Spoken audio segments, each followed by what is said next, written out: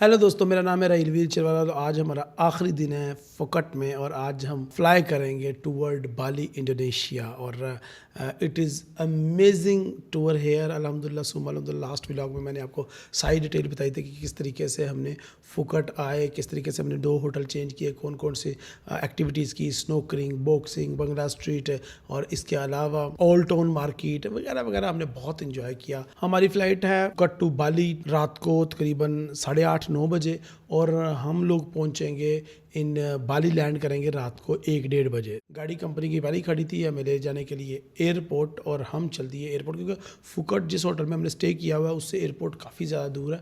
तो एयरपोर्ट पहुंचते पहुंचते हमें 1.5 घंटा लगेगा, तो हमें उसी हिसाब से निकलना पड़ेगा। लेकिन फुकट छोड़ने से पहले मैं अपना आखिरी लंच करना चाह रहा था द रॉयल किचन। ये मौलवी का होटल है पटोंग बीच में, मेरा फेवरेट होटल है। यहाँ पे खाना खाना मुझे बहुत ज़्यादा पसंद है, तो इसलिए आखिरी लंच प्लस ब्रेकफास्ट हम यहाँ पे करेंगे और लास्ट लंच लेने के बाद हम चल दिए एयरपोर्ट। और अब अगला खाना हमारा इरादा है बाली में खाने का। लेकिन लास्ट पिक्चर, लास्ट सेल्फी मैं लूँगा अपनी tour guide. She is amazing girl. She's 65-year-old young lady. She's a tourist guide and she's so special to me because उन्होंने बहुत अच्छे तरीके से हमारे टूर को ऑर्गेनाइज किया। जैसे ही रात को 1-1:30 बजे हमने बाली में लैंड किया, पूरा एयरपोर्ट सुनसान पड़ा था क्योंकि लास्ट फ्लाइट आई गेस हमारी थी और कोई इतना रश नहीं था और हमें इमिग्रेशन पे कोई प्रॉब्लम नहीं है।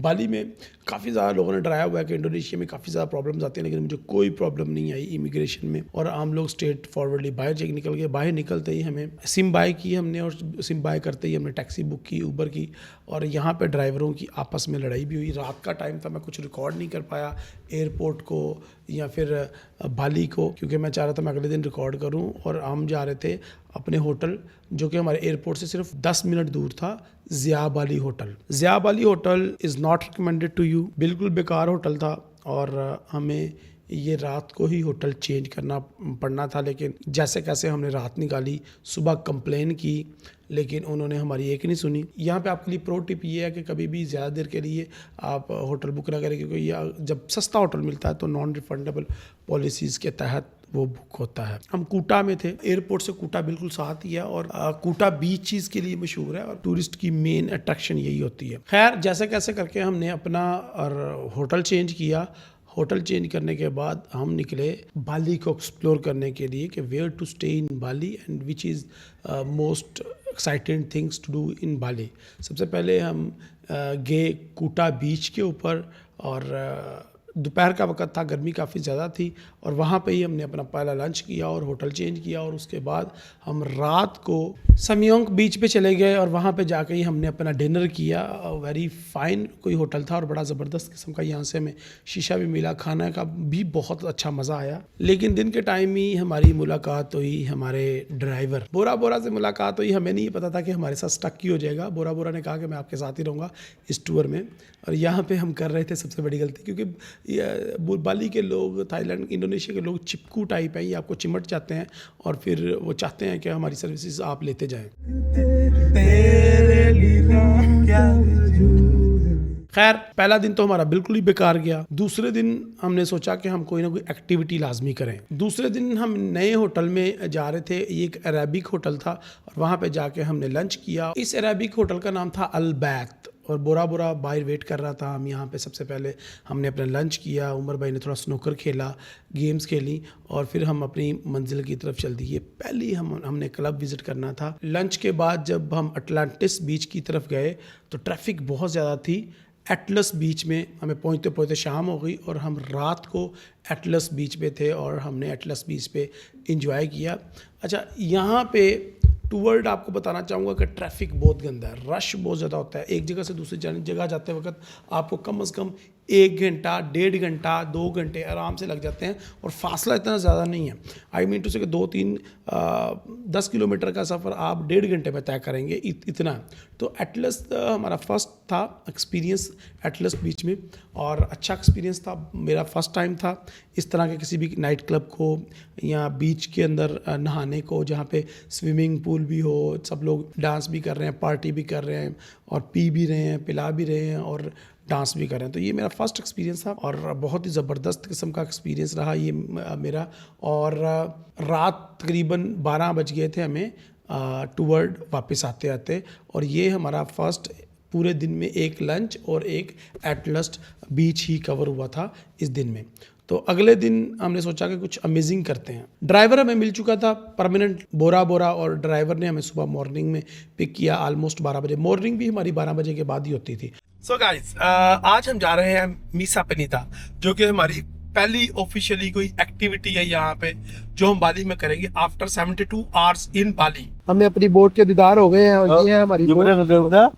तो ये है हमारा ओके गाइस, हम लोग बैठ चुके हैं अपनी राइड पे, और ये है आज के लिए हमारे कप्तान, और वो है टूरिस्ट गाइड। दो हमारे साथ, एक बच्चा है एक बड़ा है, एंड ये हमारे बैठ है उमर, ये इनके ऊपर हम लेटेंगे उधर। और इधर देखो पानी कितना गंदा है और इतना बीच में कितना गंद डाला हुआ है। उमर भाई को ये गंद पसंद नहीं आया। हाँ जी, पसंद आया।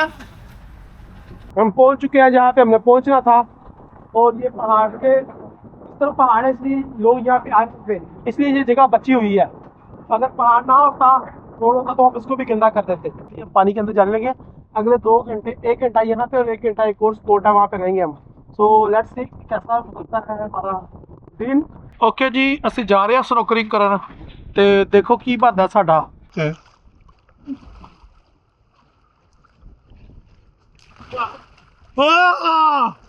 Okay, yes, yeah. Look, up there. Yeah, look now. Look now.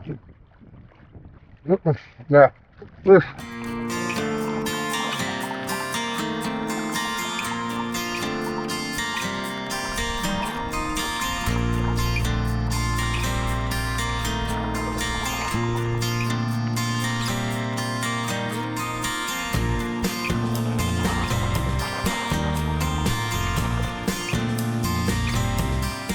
अच्छा, हमें ना आधा घंटा यहाँ पे स्पेंड करना था और 1 घंटा वहाँ पे, लेकिन ये लहरें इतनी तेज है, ये हमारी बोट ऑलमोस्ट हिल रही है। बहुत ज्यादा तेज है। यहाँ से वो लगून करेंगे और अपनी गाड़ी को बांधेंगे। देखें हमारे कायद मियां मोहम्मद नवाज शरीफ ने पाकिस्तान को क्या से क्या बना दिया, चेक करें। और ये चलने वाले लोग बोलेंगे ये पाकिस्तान नहीं है, ये बाली है। चलते हैं ये लोग, ये चेक करें। हमारे कायद मियां मोहम्मद शहबाज शरीफ एंड मरियम नवाज ने पंजाब का क्या हाल कर दिया है, और पंजाब में बीच बना दिया है। वाह वाह वाह, मरियम नवाज जिंदाबाद। नेक्स्ट डे हम उबुद चले गए। बोरा बोरा ऑफ कोर्स हमें पिक करने आया। बोरा बोरा ने हमें डक भी खिलाई, और बोरा बोरा ने हमें उबुद की सारी एक्टिविटीज़ कवर की, जो लास्ट व्लॉग में मैं आपको दिखा भी चुका था। यहाँ पे भी मैं कुछ शॉर्ट्स लगा देता हूँ। और इसके अलावा कोई इतना ख़ास हम इंजॉय नहीं कर पाए, क्योंकि हम 1 नाइट के लिए गए थे उबुद। उबुद जाएँ तो आप 1-2 दिन के लिए लाजमी जाएँ। ओके, उमर भाई और मैं जा रहे हैं मंकी फॉरेस्ट में, और हम मंकी देखने तो बिल्कुल नहीं जा रहे, हम जा रहे हैं बंदरियाँ देखने के लिए। So how many bandriyas we can find? White bandris we like. She said we came last time. No wheelchair user. Go there. Oh. Hello ji. Thank you. So welcome to Mankini Forest. Monkey Forest में एक special person के लिए एक special wheelchair friendly location है, लेकिन ये यहाँ पे स्पेशल पर्सन के लिए टिकट आपको बाय करना पड़ेगी, फ्री नहीं है। अगर आप एक नेचर लवर हैं तो ये प्लेस आपके लिए 100% रिकमेंडेड है। बहुत बड़े बड़े दरख्त, चारों तरफ ग्रीनरी एंड नेचुरल माहौल, और उसके अंदर जंगली जानवर। पूरा का पूरा well planned, well manage and wheelchair friendly system बनाया हुआ था इन्होंने, ताकि टूरिस्ट को किसी भी तरह की कोई प्रॉब्लम ना आए। बाय द वे, जब हम पंजाबी ग्रिल में लंच कर रहे थे तो वहाँ पे इनका एक ट्रेडिशनली इवेंट चल रहा था। उसके लिए लोग म्यूज़िक बजा रहे थे लाइव, तो वही म्यूज़िक ये लेके आ गए मंकी फॉरेस्ट के अंदर, जो कि हमने तसल्ली से बैठ के इनका फिर वो जो ट्रेडिशनल इवेंट था वो इन्जॉय किया, जिसमें लाइव म्यूज़िक था विद ऑथेंटिक इंस्ट्रूमेंट।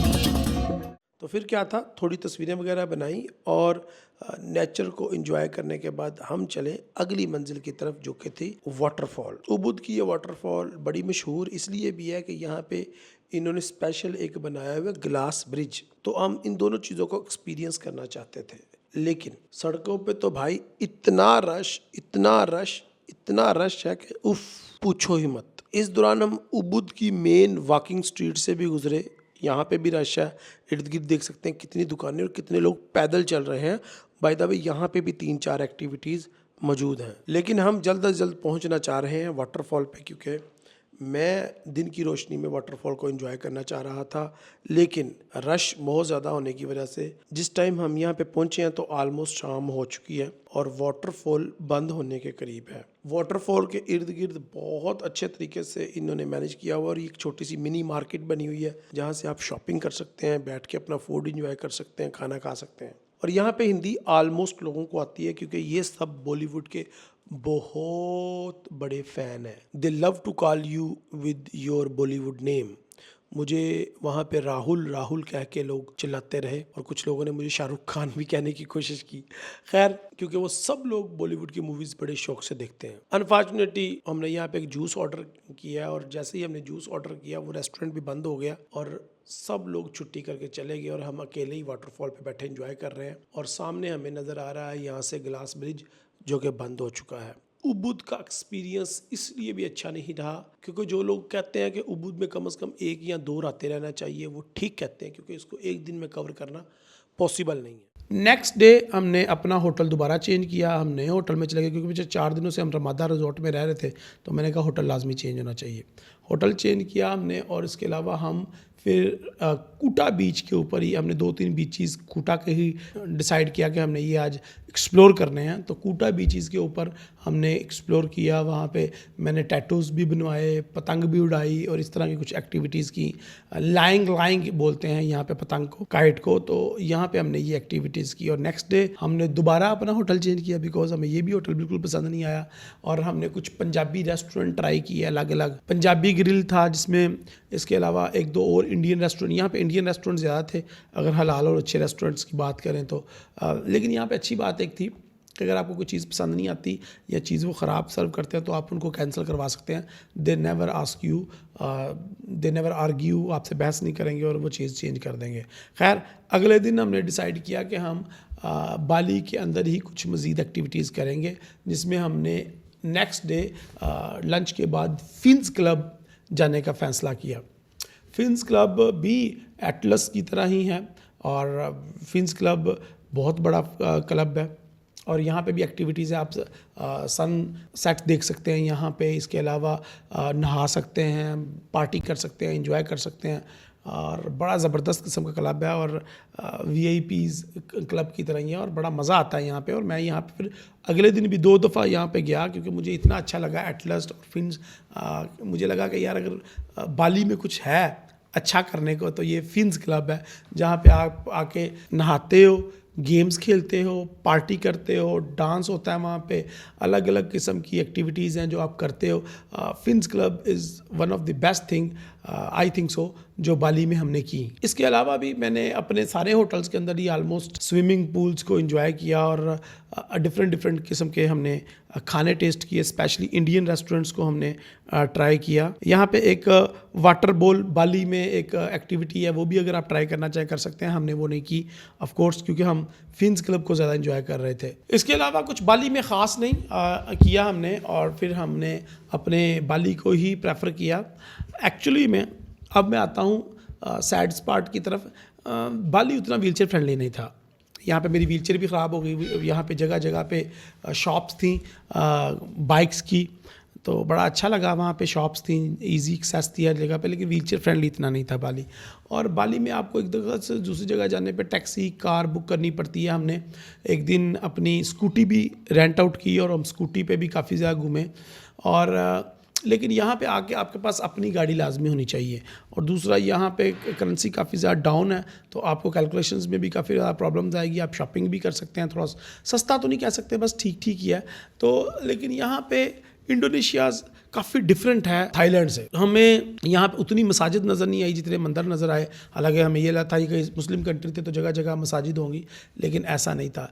लेकिन अफसोस मुझे इस चीज़ का हो रहा है कि मैं इंडोनेशिया में ज़्यादा सिटीज़ को एक्सप्लोर नहीं कर पाया।